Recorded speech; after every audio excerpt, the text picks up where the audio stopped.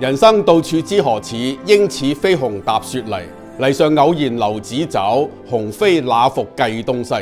蘇軾呢首詩係比喻人生嘅四處漂泊，就好似飛鴻喺雪地上面偶然留低爪印，但係當佢飛走之後，就再唔留低任何痕跡。呢個表面睇嚟係非常瀟灑，但係其實係講明一種揮之不去嘅無奈同埋虛空。係嘅，好多人嚮往自由，無拘無束，獨來獨往。